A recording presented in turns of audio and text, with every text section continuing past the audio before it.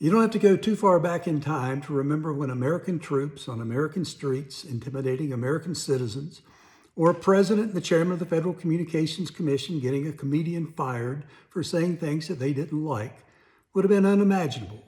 But that's the country we live in.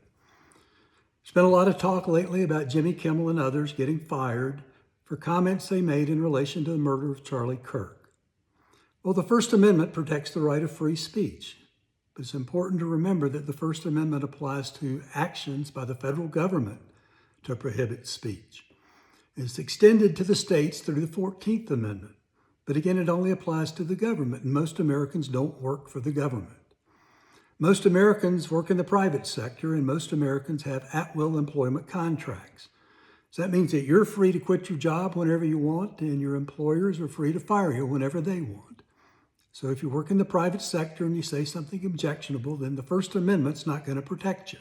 Your employer can fire you. So if you're a professor at a private college or university, the First Amendment's not going to apply. But if you're a professor at a public college, then it does apply. So you look at Jimmy Kimmel and you say, well, Jimmy Kimmel worked for ABC. That's not the government. There's a recent Supreme Court case called National Rifle Association versus Vula that came out in May of 2024, and it was a unanimous decision, 9-0. And all the justices agreed that in that case, a state regulator making implied threats to entities that were regulated by that person, that it would be in their interest not to do business with the NRA, was a violation of the First Amendment.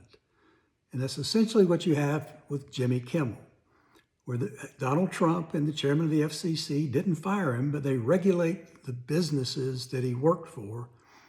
It's kind of like Ted Cruz said today in his podcast, that the chairman of the FCC is behaving like a mob boss out of the movie Goodfellas, and that this is dangerous as hell and a slippery slope that'll come back to bite conservatives in the ass down the road.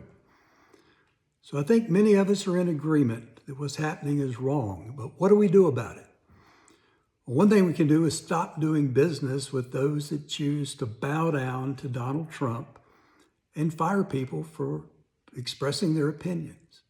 I did that. I quit Hulu yesterday. I'm not going to support Disney when they're willing to bow down to Donald Trump. You know, you can't complain about losing your rights when you're not willing to stand up and defend them. So stand up for the Constitution, stand up for this country, and defend the rights that you have while you got them.